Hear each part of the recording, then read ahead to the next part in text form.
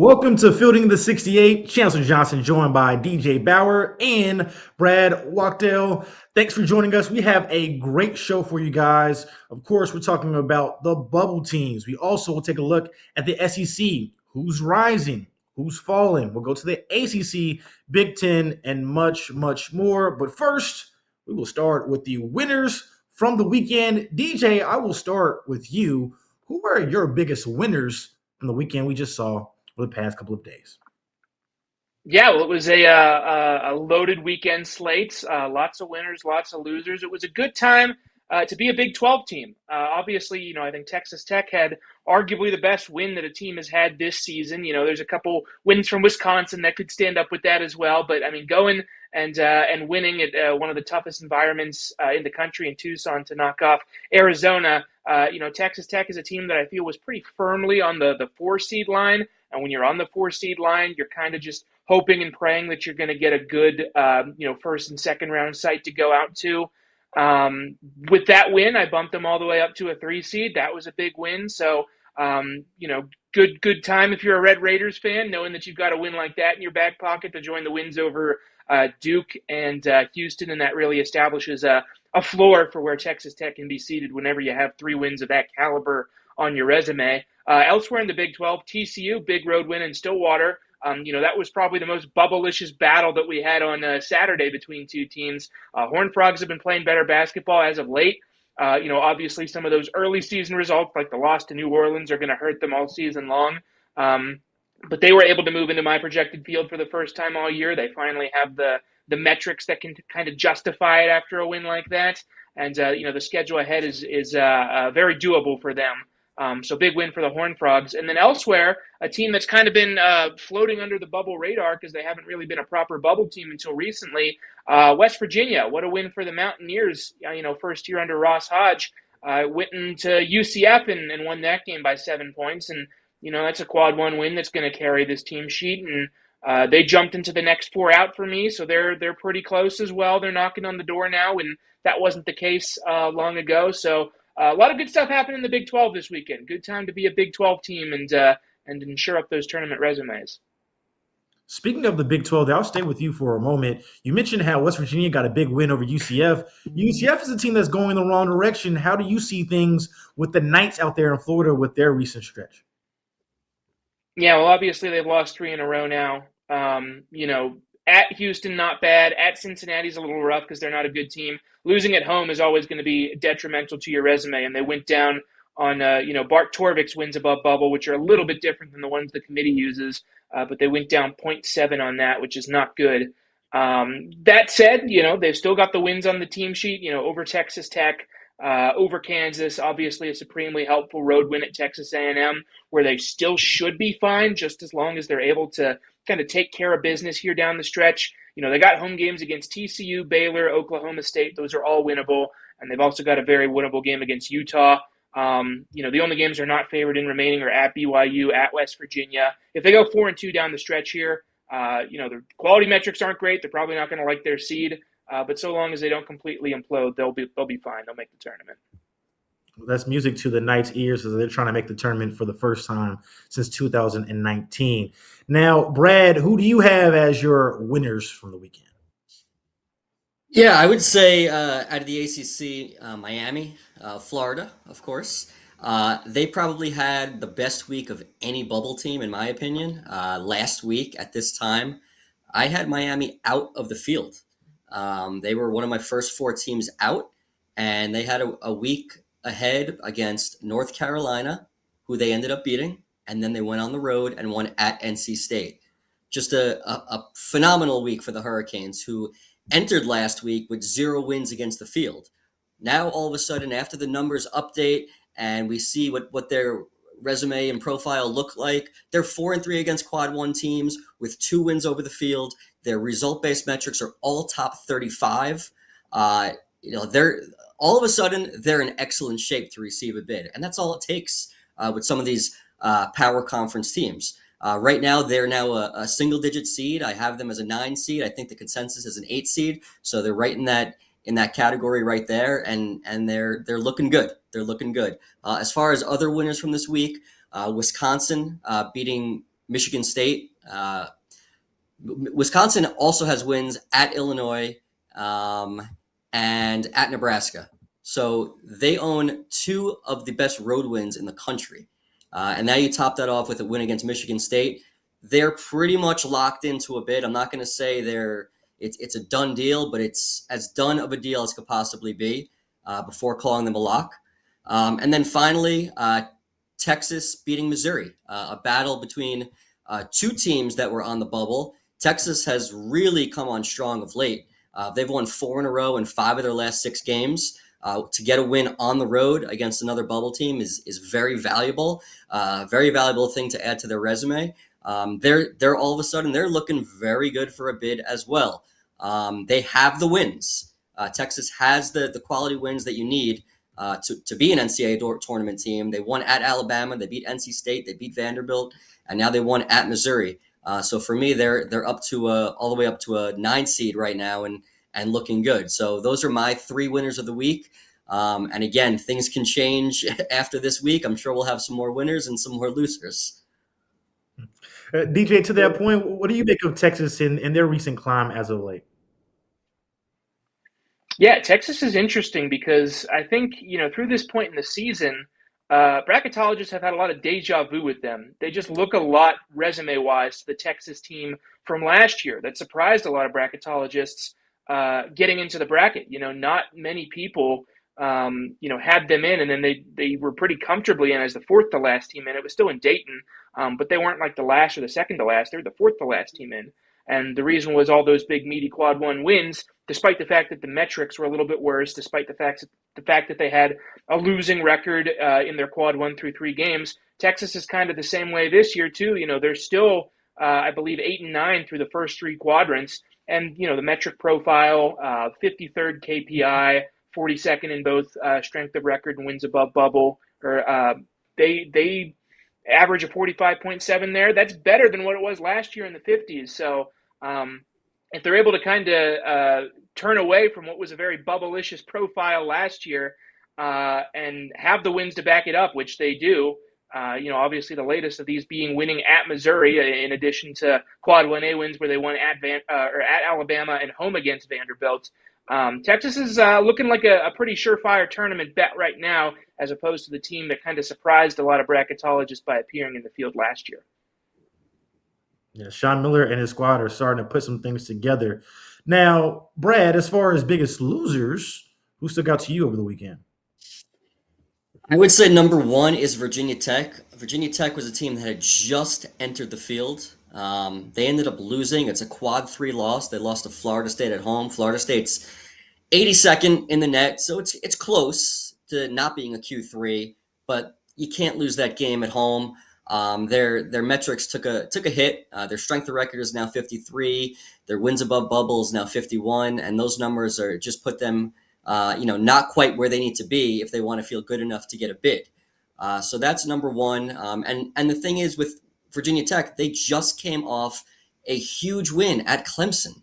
So it's, you wonder if it was just a letdown or what the case was, but they did not show up against Florida State. They lost by 23 points. Very disappointing effort there. Second up, I'd have to say Ohio State. Ohio State had another opportunity, another quad 1 opportunity, this time against Virginia in Nashville, and they came up on the wrong side once again. Ohio State's now 0-8 against quadrant 1 opponents. Again, that's nobody needs to tell you that that's just not good enough. 5-1 against quad 2.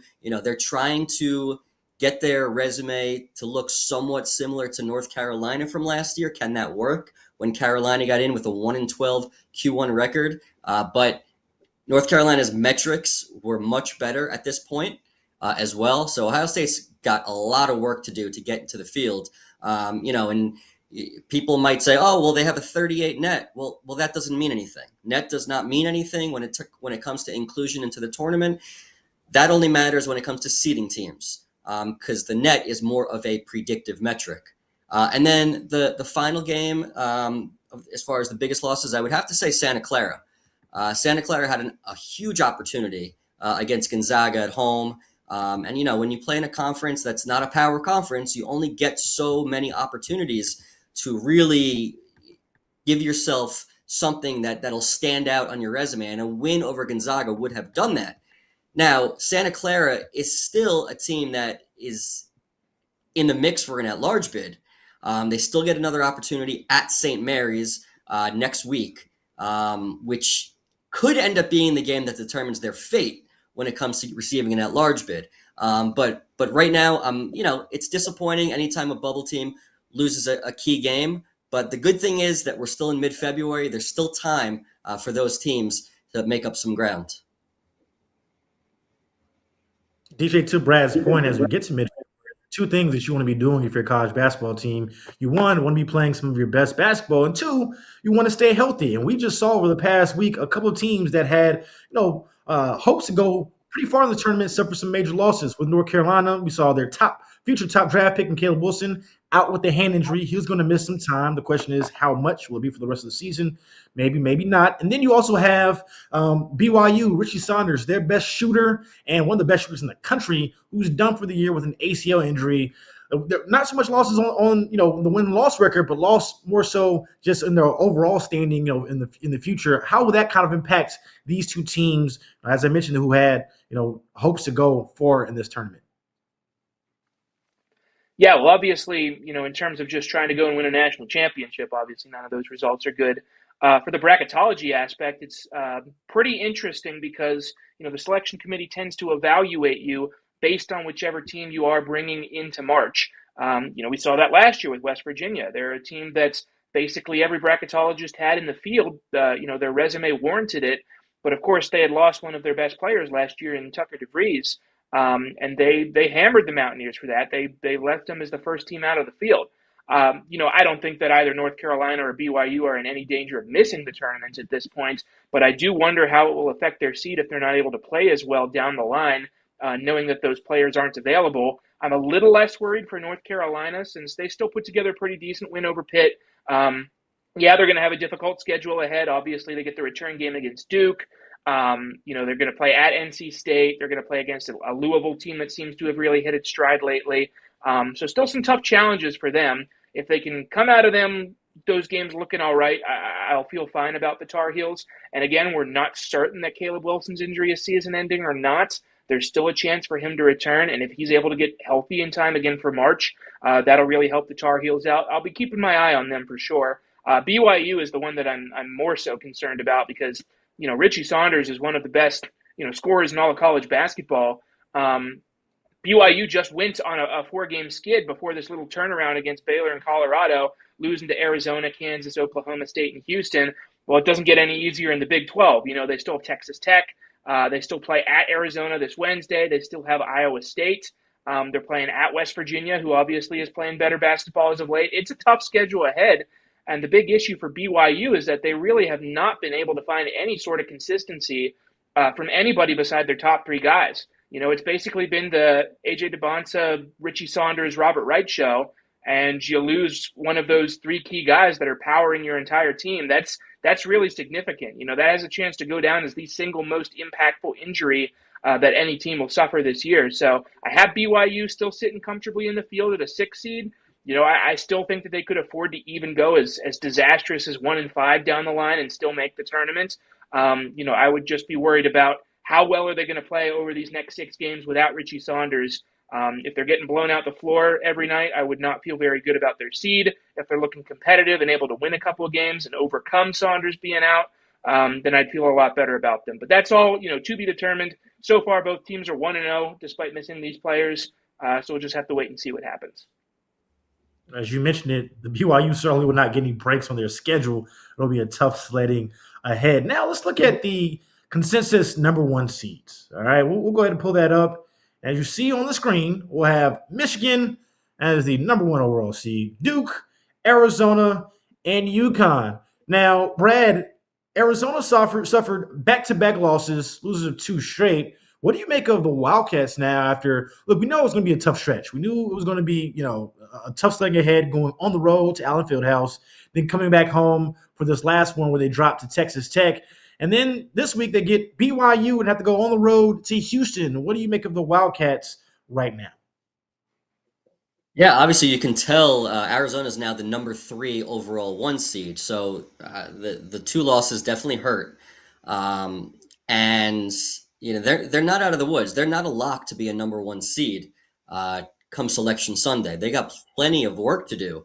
And as you said, they get to face. They play BYU. You would assume that they will bounce back and beat BYU, but then they have to go to Houston on Saturday, and that could be a battle for a number 1 seed. Houston is the top number 2 seed right now. They're on the precipice of breaking through, and they have as important of a week as any team in the country, where Houston plays Iowa State tonight, and then they get Arizona later in the week. So if Houston happens to go 2-0 this week, they're going to become a number 1 seed. Now, whether that's replacing Arizona or whether that's replacing UConn, that's to be determined. But they will be right there because their metrics right now, Houston's metrics, are all top 6 across the board. So they are knocking on the door. As far as these other teams, obviously Michigan is well deserving of that number 1 overall seed right now. And they end up facing Duke later this week on Saturday. So Michigan and Duke are your top 2 number 1 seeds, and they battle, potentially to decide who the number 1 overall seed is going to be in the NCAA tournament. So that's going to be one interesting matchup on Saturday in Washington, D.C. And then, UConn is hanging. They're hanging in there. They haven't been overly impressive against a lot of these opponents in the Big East, a lot of teams that they should be dominating. They barely squeaked out a win against Georgetown the other night. It's a little concerning, not concerning enough to knock them off the number 1 seed line, but they could go and win a couple games this week and still get knocked off based on who these other teams that are knocking on the door have to play and what the outcomes may be. DJ, how about you? What stands out when you look? Yeah, well, obviously that home loss to Arizona is damage, or to Texas Tech is damaging. Because their only loss all year up to that point was just a couple days ago in Lawrence, and they fall all the way down from, okay, this is the undisputed number 1 team in the nation. They're undefeated, 23-0, 10-0 through this gauntlet of a Big 12, and then all of a sudden, you lose 2 games and you fall all the way down to 3rd overall. So, got to get right if you're the Wildcats. I totally agree with Brad that nothing is set in stone. They're not locked into a 1 seed yet. And I'm really looking forward to Saturday at Houston. That very well could be a battle between 2 1 seeds the same day as Duke versus Michigan. How fun would that be if we have all 4 eventual 1 seeds playing each other on a Saturday in February? So that's going to be a lot of fun, but obviously huge opportunities for all teams involved. I think there's a very good chance at this point with the way that Arizona has kind of fizzled lately that the Duke-Michigan winner is the number 1 overall seed once we get to Selection Sunday a month from now. And then to touch on UConn briefly, they've got the resume metrics that point to a 1 seed right now. But again, as Brad mentioned, the quality metrics are not in favor of the Huskies. Their average of 9.7 would be one of the worst ever for a 1 seed. I know there was North Carolina a couple years ago had a 10 something. So UConn would be pretty close to that. And I think that there's a chance that even if UConn goes 2-0 this week, they play Creighton and they play Villanova. I think even if there's a chance that they go 2-0 in those games and Houston is able to go 1-1 against Iowa State and Arizona, I still think that Houston probably passes UConn in that situation because they'll finally have the resume metrics to match UConn. They'll have the number of top-end wins to match UConn, and obviously they're already ahead of UConn in the quality metrics. So looking forward to seeing how this week plays out. This might be the single most important week of the regular season for determining that number 1 seed line. Love that. And we get that in, as you mentioned, in mid-February. Can't wait. Even tonight, Houston versus Iowa State. As that game's, and you got Houston taking on Arizona as well. We'll see how the Big 12 within conference, they're fighting for the conference title as well, along with the number 1 seed in the NCAA tournament. Should be a fun one. Now, coming up after the break, we'll talk about the bubble. Who's in, who's out. Stick with us. As you know by now, we have teamed up with BetMGM again this season. We'll be using BetMGM lines to make all of our picks, and we will have special offers for Field of 68 fans, including same-game parlays, best-in-class live betting, and daily odds boost. If you haven't signed up for BetMGM yet, use bonus code FIELD to get up to a $1,500 first bet offer on your first wager with BetMGM. Here's how it works. You download the BetMGM app. You sign up using bonus code FIELD. You deposit at least $10 and place your first wager on any game, and you receive up to $1,500 in bonus bets if your bet loses. Just make sure you use that bonus code FIELD when you sign up. Make this college basketball season one for the history books. Make it legendary. And don't forget, if you haven't signed up for BetMGM yet, use bonus code FIELD and get your $1,500 first bet offer today.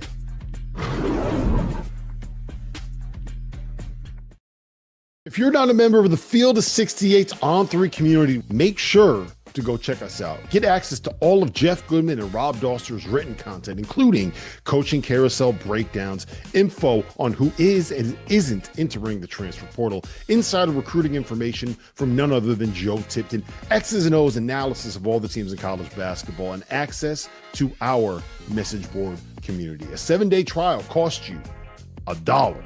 The Field of 68 on 3. Get the scoop. Welcome back to Fielding the 68. Chancellor Johnson, joined by DJ Bauer and Brad Wachtel. Time to talk about that bubble. Brad, we'll start with you. Who is your last four teams into the bracket? All right, so my last four teams in, I'm going to start with Missouri, who came off a home loss to Texas. It definitely hurt their seed. It didn't knock them out of the bracket. But when you take a look at Missouri and what their profile looks like, their predictive metrics, their net, their BPI, their KenPom, their Torvik rank, all of these are pretty much, aside from the BPI, which is mid-40s, everything else is 50s, and their net is in the 60s. Anytime a team with a net that poor, you're gonna find yourself in that last four in category if you happen to make the tournament. So that's where they're placed right now. They're just 6-8 against quad 1 and 2 opponents. But they do have some very good wins and some road wins. And they won at Kentucky. They won at Texas A&M. They beat Florida. They beat Auburn. So the wins are there. It's disappointing to see them lose that game at home. They'll need to bounce back to keep their name in the field next time. Next up, I have TCU. TCU had a great week. They're a team that, their metrics are now strength of record 45, wins above bubble is 44. They came up with a big week as well. They beat Iowa State at home, and then they won at Oklahoma State. Oklahoma State is another team that had been on the bubble. When you take a look at TCU's resume, first of all, their key wins, the two wins I mentioned, plus way back early in the season, they also beat Florida and Wisconsin. Those two wins have matured unbelievably because Florida is arguably the hottest team in all of college basketball. And Wisconsin has two of the best road wins in college basketball. It just came off a win against Michigan State. So, the casual fan might say, well, why isn't TCU a lock to get in? Well, they do have a quadrant 3 loss and they have a quadrant 4 loss to Loyola Chicago. And that's not just any quad 4 loss. That's a really, really, really bad quad 4 loss. So in order for TCU to get a bid, you have to get those monumental type victories, which they are doing. So they're one of those resumes. They've kind of come from the dead to save themselves with a few huge weeks here, and we'll see if they can keep it up. Next up, I have UCLA. UCLA hanging in there. They're just 1-6 against Q1A opponents.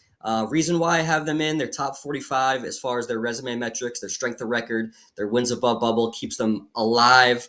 They beat Purdue. That's their only win against a team that's in the field, though. So it's not going to be enough. If that's their only key win heading into Selection Sunday, they're not going to get into the NCAA tournament. They have more work to do. They still have plenty of opportunities to do, and some of those opportunities are at home. So I'm curious to see how they finish up. But the way the road has worked out for them in the Big Ten has not been good. We've heard the complaining about the traveling. I don't really blame them for complaining. The Big Ten is crazy. Traveling from West Coast to East Coast constantly. They're just 3-7 away from home. And then my final team in, I have Santa Clara. Santa Clara, who lost to Gonzaga. They had been our automatic bid out of the WCC since they were in first place. But since they lost, they entered the at-large pool, and they're right there in the mix with a lot of these other bubble teams. They do have a quad 4 loss as well, but their strength of record is 46. Their wins above bubble is 40. 7-5 against quadrant 1 and 2 opponents, and plus they do have a win over St. Mary's, which is very important. So Santa Clara is hanging in there for that final spot. But I'm sorry, I want to correct the mistake I made about TCU. TCU lost to New Orleans. Santa Clara lost to Loyola Chicago, who's number 310 in the net, which is a very, very bad loss. So my apologies to the Horned Frogs there. But again, Santa Clara is still in, but with little margin for error to kind of hold their spot. Yeah, TCU certainly doesn't need any more bad losses added to their resume, especially after that New Orleans one. But you're right there as far as TCU goes. DJ, how about you? I know it's the same teams, a little bit of a different order. Yeah, I wonder between me and Brad which one of us is copying the other's homework, because it's the same 4 teams. Just switch them around so the teacher doesn't get suspicious. But yeah, last 4 in: UCLA, Missouri, TCU, Santa Clara, in that order. It's funny, UCLA was actually my 3rd to last team in. They move up to my 4th to last team in after losing by 30 at Michigan. You can say, well, how does that happen? Well, the big issue for them is the quality of their wins. They're still basically just clinging on to that Purdue win and not much else. Their quality metrics were actually already in a pretty decent spot. So losing of that to that kind of degree, they're able to withstand that kind of blow. And the resume metrics are never really going to be hurt by losing on the road at the very likely number 1 overall seed. So UCLA just kind of benefits from other teams around them losing, despite the fact that they didn't do themselves any favors. And then I got Missouri right behind them. Missouri is a team that, metrically speaking, is not nearly as pretty as some of the other teams that I have on the outside of the field, like a San Diego State or an Ohio State. If you were to put those teams head-to-head just based on the metrics, you would probably take the other two. The difference is that Missouri actually has some wins that you can sink your teeth into, whereas Ohio State, San Diego State, New Mexico, teams like that don't really have that. Obviously they beat Florida, which is as good a win as you can get, even if it's a home win. They're playing as well as any team in the country. They won at Kentucky, and of course it wasn't long ago that they also added a road win at Texas A&M. So they've got some pretty good, juicy wins that are really kind of helping to lift this profile. When you're trying to split hairs between these bubble teams, you're looking for things that stand out on their team sheets. Well, those wins for Missouri stand out. And so that keeps them in the field for me, despite the home loss to Texas this weekend. TCU, they entered my field for the first time all year. Obviously got a lot of work to do to still overcome those bad losses. Losing on opening night at home to New Orleans is about as bad as a start to the season as you can possibly have. But of course, they've got plenty of good wins to counteract that as well. Again, they've got a win over Florida on a neutral court. They beat Wisconsin in the non-con. They add a win over Iowa State, and now you got a road win on your profile over Oklahoma State as well. And suddenly things are starting to look a lot better for you. I think I mentioned it on Friday how they've got a win and a loss in every single quadrant. That's hitting for the cycle in college basketball terms. Not exactly a good thing to be doing, but certainly something to keep watch of for TCU over these next coming weeks. And then Santa Clara, holding on as my last team in the field. I know we had them as the automatic bid for a while there. I had them as an at-large the entire time. And, that if you're a Broncos fan, you're really smarting from that loss to Gonzaga, because that was your chance. That was your win that you needed to get to really transform this resume from, okay, this is a bubble team, maybe doable, maybe in the field. You win that game and suddenly you kind of reduce all the questions and you say, okay, Santa Clara belongs here.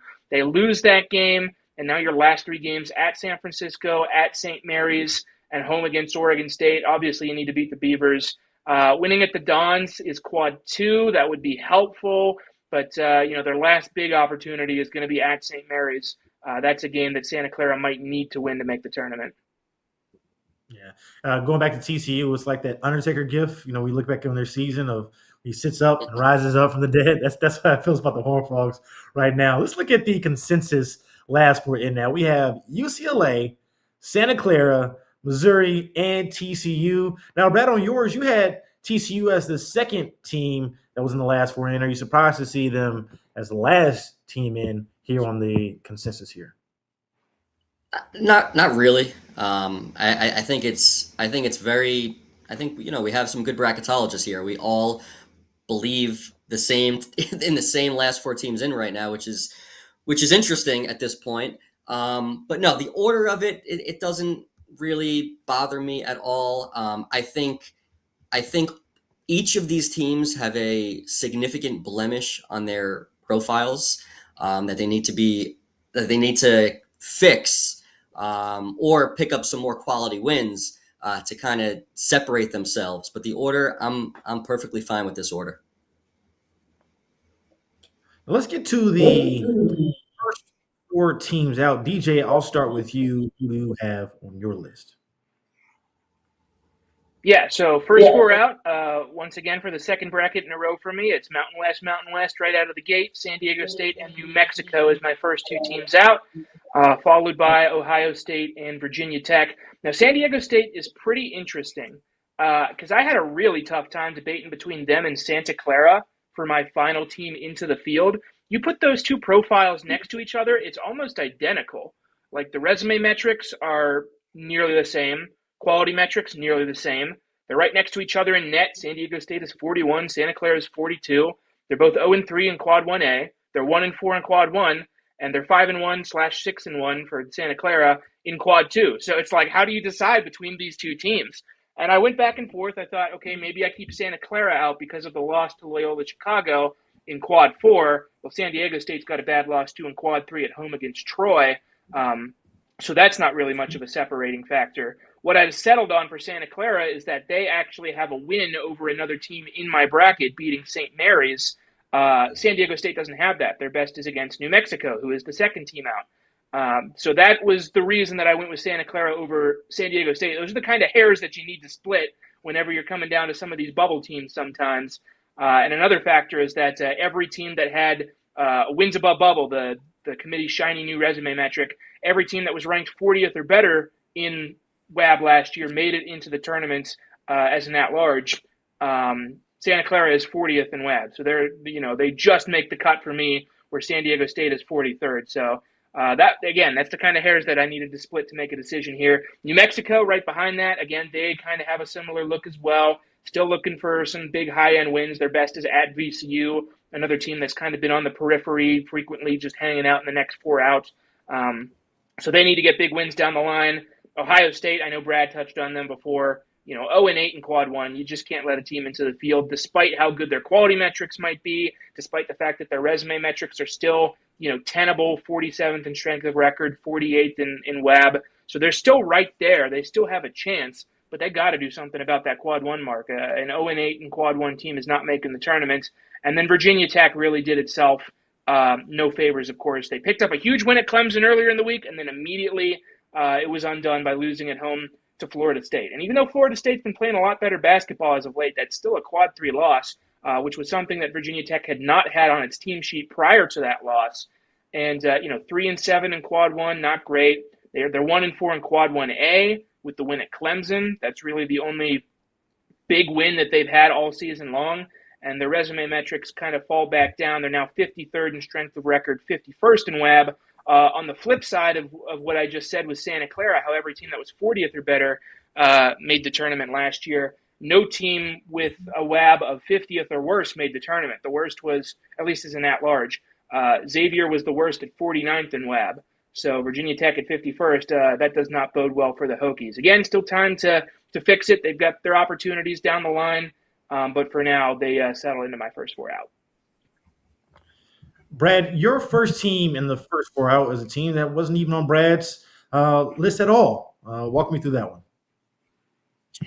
Yeah, Cal. I think Cal is right there. They won at Boston College. Right before that, they had lost at Syracuse, which was a loss that knocked them out of my field. But they have 4 quadrant 1 wins. They're 4-5. And you compare that to all these other bubble teams, they're above and beyond better. Virginia Tech's 3-7, San Diego State's 1-4, New Mexico's 1-4. So I think that puts them right there. Now, they're only 4-8 against Q1 and Q2 opponents, and they have a terrible non-conference strength of schedule, which I think is probably one of the reasons why, maybe some of these other bracketologists, including DJ, did not have them in their first 4 out. I could be wrong. But in terms of their resume metrics, they're 55 strength of record, 52 wins above bubble, which is not good enough to put them in the field. But you also have to remember, while they only won at Boston College, they have a win at Miami from a couple weeks ago, and that win maybe didn't mean a whole lot last week, but that helps them. That actually improves their resume because Miami is now likely going to be an NCAA tournament team. They beat North Carolina, and they also beat UCLA on a neutral court earlier in the season. So they have the wins. They really do. They don't really need any more marquee wins to get into the NCAA tournament. I think they just need wins. And when we take a look at Cal's remaining schedule, it's very manageable. Even in a league like the ACC that's been very good this year, they get Stanford, SMU, and Pittsburgh at home next. 3 in a row at home before heading out back east to Georgia Tech and to Wake Forest. So only one of those teams is likely going to be an NCAA tournament team, and SMU, and they get them at home. So they should be licking their chops right now because they don't have to go through Duke or North Carolina or any of these other top teams in conference play to feel like they can get to the NCAA tournament. Beat these teams that you're supposed to beat. Win your home games, even if they got a split on the road, they put themselves right there for a bid. So I'm curious to see how they finish up. If they're able to finish strong, they'll be in play for a bid for sure. And obviously the other 3 teams that I have that DJ's touched on, when you just look at remaining schedules, you look at opportunities. And a team like Virginia Tech, they go to Miami, they still go to North Carolina, they still go to Virginia, so they have time to make up for that previous loss to Florida State. In terms of San Diego State, they still get Utah State at home. They still go to New Mexico. So they have an opportunity to, like DJ had mentioned, getting a win over the field. That game against Utah State is at home. If they can get that game, well, now you've probably matched what Santa Clara has done with their resume, assuming Santa Clara doesn't win at St. Mary's. And then finally, in terms of New Mexico still gets San Diego State at home, and they get Utah State on the road.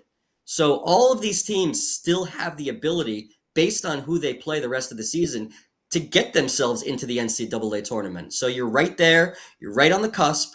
Now you got to finish strong. DJ, let's get a little messy here. Why is your first 4 more accurate than Brad's first 4? I don't know about accurate, but I don't have Cal that far off the radar. They're my 6th team out. There's a lot of things to like about Cal. First and foremost is that they've won 4 quad 1 games. And as Brad mentioned, they won at Miami. Miami is a team that is playing really well as of late. That's a win that seems like it's going to age very good for them. The reason I kind of had them a pace behind the other teams there in my first 4 out is, they don't have any of their resume metrics above 50th. Their best is KPI at 51st. Obviously, the quality metrics have never liked Cal this year. They still average 67th there, 61st in net, and they're 0-3 in quad 2. So that means that they're a collective 4-8 across the first 2 quadrants. So for me, it's like, okay, they've got some good wins. They just need to add some padding to it in order to bring those resume numbers up to a more respectable level and just improve kind of that 0-3 mark in quad 2 so it doesn't look so shabby whenever they're in the discussion room talking about who to include and who to leave out. And they have those opportunities. Home SMU, that's quad 2. At Wake Forest, that has a potential to be a quad 1 win to end the regular season. And then home Stanford has a chance to be quad 2 as well if Stanford can stay in the net top 75. So they're going to have some chances for sure. Cal is absolutely right there on the cusp for me. I kind of went with some of the other teams ahead of them that have a little bit of a cleaner profile. But I mean, if they were revealing the field today and Cal were in the first 4 teams out, I certainly would not be shocked. They're right there in the conversation still. Brad, sticking with this list here, out of the Mountain West teams between San Diego State and New Mexico, which team do you have the most faith in to actually getting it done and getting into the tournament? I would say San Diego State simply because they get to play Utah State at home, whereas New Mexico has to go to Utah State. In terms of their overall metrics, things are very similar between these two teams. So I just think it's a matter of, they're both New Mexico's 7-5 against quad 1 and 2 teams. San Diego State 6-5. They're both 1-4 against quadrant 1 opponents. Their net's in a similar spot. Their strength of record is similar. San Diego State's is slightly better, wins above bubble. But I think for that sole reason, I'm going to give San Diego State the slight edge. Let's move on to the consensus next 4 out. And we touched on it earlier. California. Yes. So here's the first 4 out. We have San Diego State, New Mexico, Virginia Tech, Ohio State. But going to the next 4 out, we'll pull that one up here. We have California, VCU, Seton Hall, and West Virginia. DJ, we talked about Cal, we talked about West Virginia, but out of West Virginia and Seton Hall, which program kind of stands out to you as we talk about the next 4 out teams here? Yeah, well, I just think in terms of the opportunities, you got to go with West Virginia. Cal has a lot of easy games that are still winnable. VCU season, of course, kind of boils down to that rematch against St. Louis in St. Louis. And Seton Hall, in order to get into the field, they're probably going to need to win 1 or 2 of the games that they have remaining against UConn and St. John's, just because those are really the only opportunities left on their resume to really transform it into something tournament caliber. So you're just talking about doability, combined that with the number of big games remaining. I think West Virginia is by far the most interesting out of those 4. At TCU and home BYU, those are big games that are going to be in quad 1. At Oklahoma State, if they can squeeze back into the net top 75, that's quad 1. And then the other games, home Utah at Kansas State, and they're in disarray, and home UCF, all extremely winnable games. West Virginia goes from a team that was just kind of on the outset for a while there. Nobody kind of gave them a second thought. All of a sudden, it is extremely interesting for the Mountaineers. It is a very doable schedule ahead for them. I'll be curious to see if they can take advantage of some of those bigger opportunities that they've got. I would feel out of those 4 teams, they're the one that I think perhaps could be the most likely to end up in a future field of mine. Brad, between VCU and Seton Hall, which team has the best opportunities ahead of them? I think it's very close between those teams. As DJ mentioned, VCU has even fewer margin for error just because of the conference they're in. But they get St. Louis on the road. If they could win that game, their numbers are going to continue to shoot right up, and that, in all likelihood, is going to get them a bid. In terms of Seton Hall, they still got to avoid the bad losses. They get DePaul and Georgetown coming up. Obviously, they have to win both of those games. And as DJ said, they still get UConn on the road, not likely to win that game, and they get St. John's at home. That will be a must win. So yes, you're going to need to win at UConn or against St. John's. That might not even be enough if you're Seton Hall. I think that'll put them right there, square on the bubble. I think they probably have to feel good about themselves if they can get another quality win in the Big East tournament. Because when it comes to bid stealers and things like that, they're not safe. Seton Hall only has the 1 win right now against an at-large team, and that's against NC State. So getting the win over St. John's would be big, puts them in play, but it puts them as on the cusp. I don't know if it's going to be enough to get them in. Whereas VCU, if they can win at St. Louis, they'll feel really good about their chances. So in terms of those 2 teams, even though I said Seton Hall, I think I'm going to give VCU a slight edge just because of winning that 1 game. They have a better chance to win that game than Seton Hall does to win at UConn. Absolutely. Now, we'll be right back after the break. And when we return, we're talking SEC, ACC, and Big Ten, plus games to watch as we get ready for a great week of college basketball. Stick with us. We'll be right back after the break.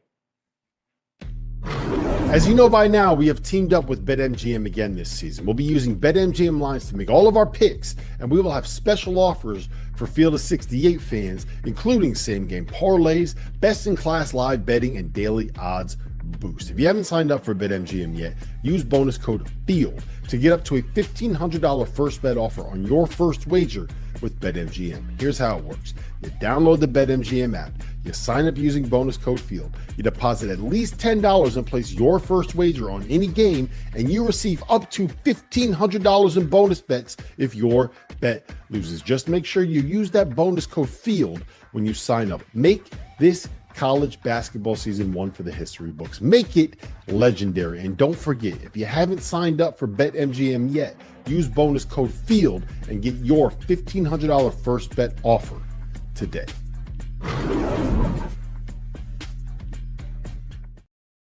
Are you trying to follow everything happening in college basketball? It can be overwhelming. That's where the Field of 68 Daily comes into play.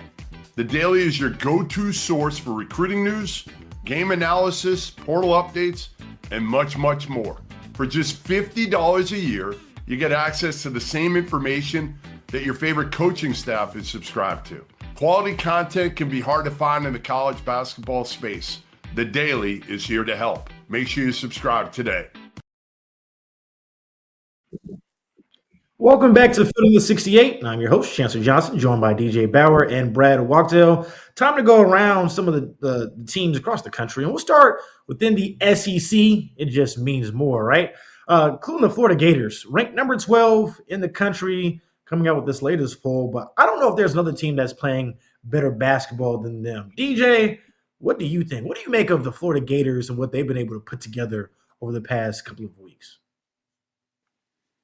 Yeah, well, you said it. There is an argument to be made that they are playing the best basketball of any team in the country right now.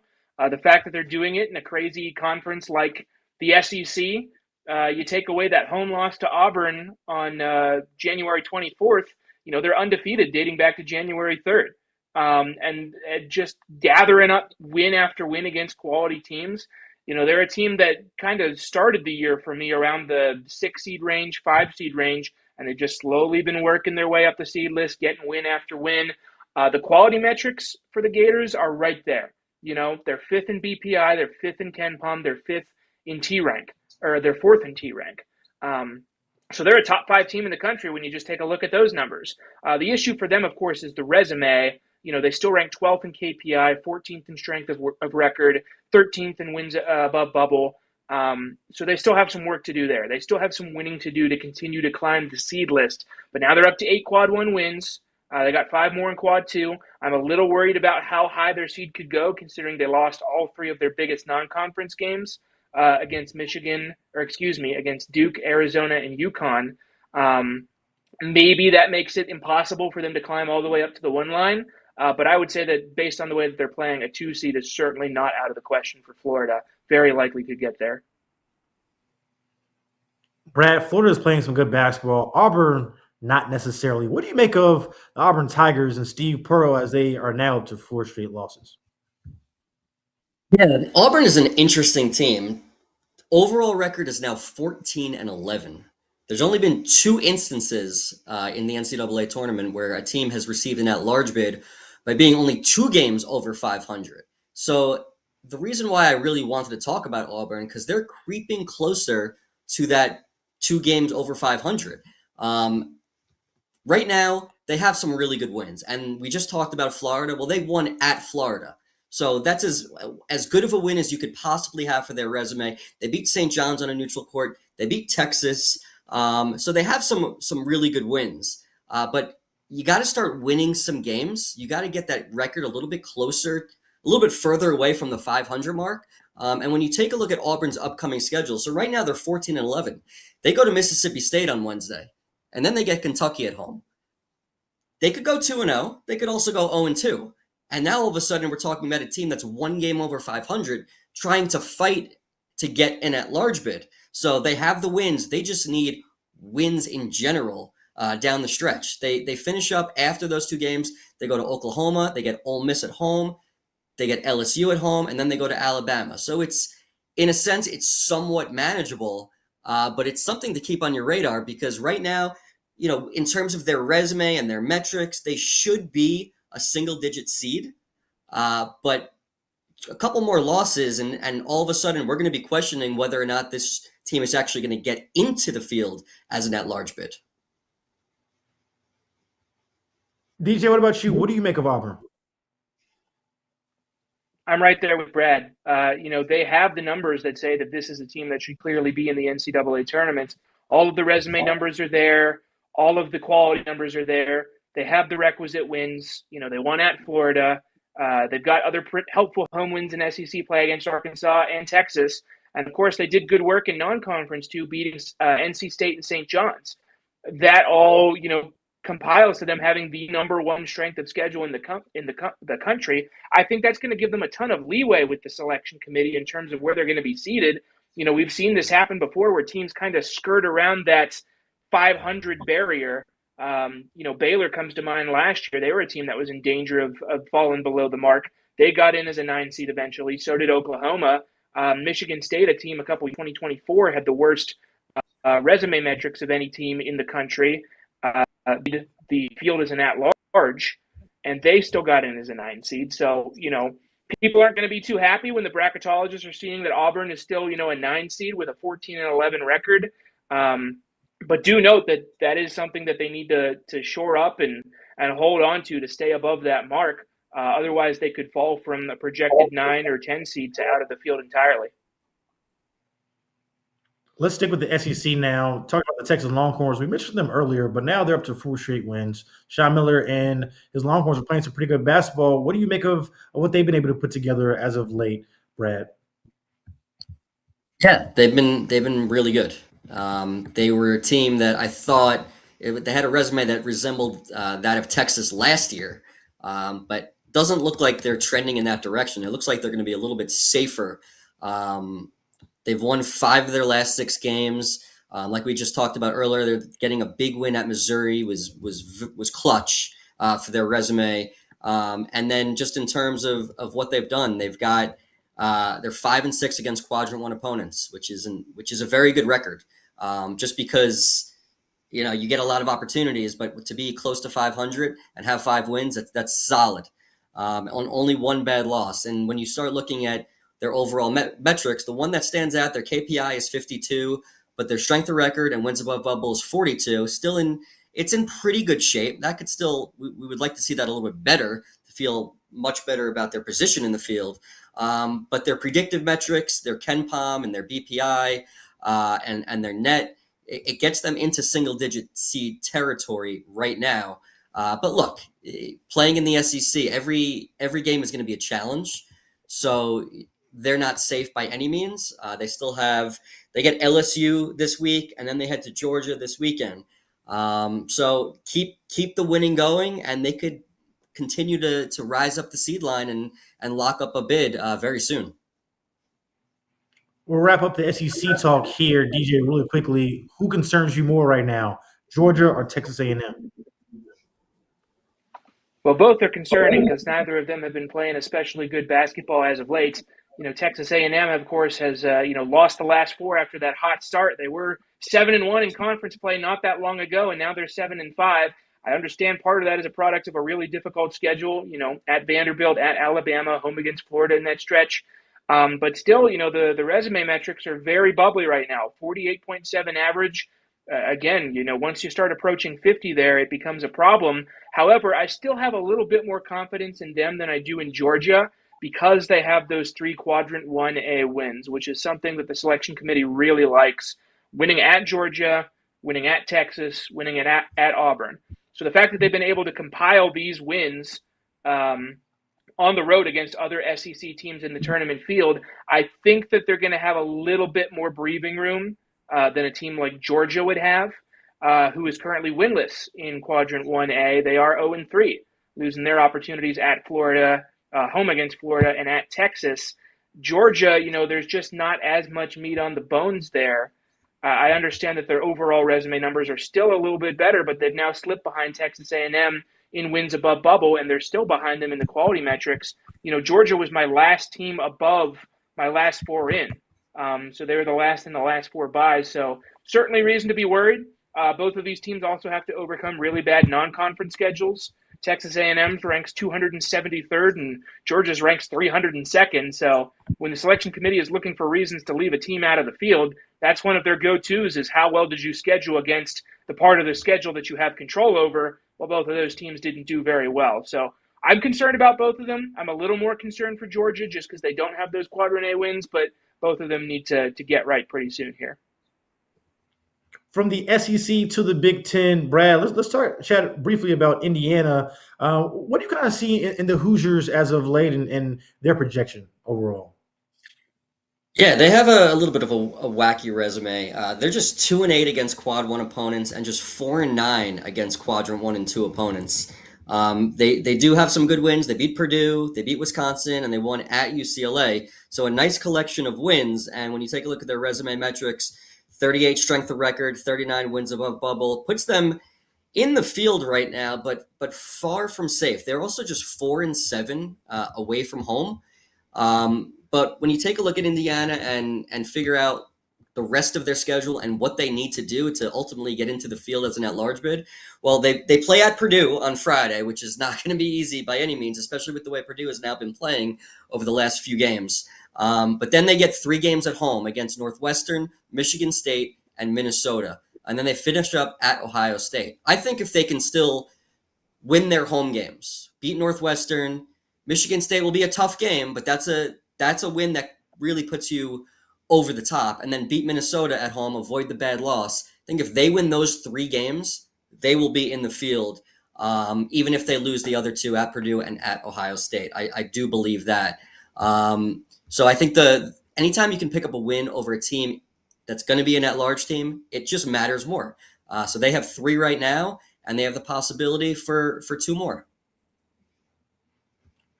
DJ, Brad mentioned Michigan State. Wisconsin didn't have any trouble with them with the 20-point win over the Spartans. What do you make of the Badgers' rise as of late? Yeah, well, the Badgers are certainly a team that's been hitting their stride lately. They're a controversial overtime loss at Indiana away from being perfect since, mid-January whenever they lost that home game to USC. Whenever they lost that game, I started to wonder, is Wisconsin going to make the tournament? Is a team that won at Michigan going to make the tournament? Well, now I don't need to worry about that. You win at Illinois, and you pick up a home win over a Michigan State team that is still looking at a protected seed. Basically, all they need to do is just kind of to coast from here on out and win their home games. They're 2 of their last 6 are at home. So you beat Iowa, you beat Maryland. I think you can afford to lose at Ohio State, at Oregon, at Washington, at Purdue, and you're still in the tournament. I'm not sure I would like their seed at that point. That's probably looking more like a 9 seed rather than a 7 where I have them today. You want to try to avoid that 1 seed as much as you can, though. I don't know if I would really be concerned about that if I'm Wisconsin, considering I'm beating 1 seed contenders on a nightly basis at this point. But yeah, Wisconsin's doing just fine. As long as they stay the course the rest of the way, they're going to coast to a comfortable bid. Now, we have no shortage of fun matchups to watch throughout the week. DJ, I'll stick with you. Which games will you be having your eye out on throughout the next few days? Yeah, well, obviously it all starts tonight with Houston at Iowa State. Massive game. Easily the best game that we've got on the slate tonight. If Houston wins that game, I think they're going to promptly move up to the 1 line and probably knock off UConn for just the time being. Obviously, some more huge games tomorrow as well. Michigan at Purdue. Purdue is a team that still has an outside shot at a 1 seed. They still need to get a lot of work to get there, but if they beat the number 1 overall team right now, then that would certainly put them in a position. TCU at UCF is another game I'm looking at tomorrow. Very kind of bubbly battle there. Can the Horned Frogs continue their ascent? And can UCF kind of stop the bleeding from the losing streak that they've had as of late? Wednesday, great games in the SEC abound. Arkansas at Alabama, 2 teams that still have a shot at a protected seed. Vanderbilt at Missouri. Can Missouri bounce back after losing at home to Texas? It's going to be really tough against a very good Vanderbilt team. And then, that's probably the biggest games of the week that I'm looking at. Brad, what you got? Yeah, so I got on Tuesday. There's a ton of good games. It's a great slate. First of all, Miami of Ohio at UMass. This is Miami of Ohio's toughest game left on their schedule. Look, if they lose the game, I still believe they'll continue to be an at-large bid, in position with 1 loss. But one thing to remember with Miami of Ohio, they have not played any games against a Quadrant 1 opponent. No team has ever received an at-large bid without playing a game against a Quadrant 1 opponent. So Miami of Ohio looking to make history this year. I think, like I said, I think they'll still get in with one loss, but things will start to get interesting. And then as far as the other games, Louisville at SMU, I'm looking at. SMU is a team that I think needs to be a little bit get a little bit concerned. I actually have them as a 10 seed right now. They're 0-4 against Quadrant 1A opponents. Their result-based metrics are hovering around 40, close to it. They're still in the field. Their best wins, they beat North Carolina at home and they beat A&M on a neutral court. 2 solid wins, but right now they just have 2 wins over the field. They need to add some more meat to their resume to feel good about locking up a bid. They're just 3-7 against Q1 opponents as well, 4-6 road neutral. So big game against Louisville at home. You'd like to see them win that one. And then one more I'll throw at you is Virginia Tech at Miami, Florida. Virginia Tech has a chance to bounce back into the field with a win at Miami. A hot Miami team over the course of the last week. So that should be an interesting one. We'll see if Virginia Tech comes out playing desperate. Will be a fun week of college hoops, and of course, we have you covered here on the Field of 68.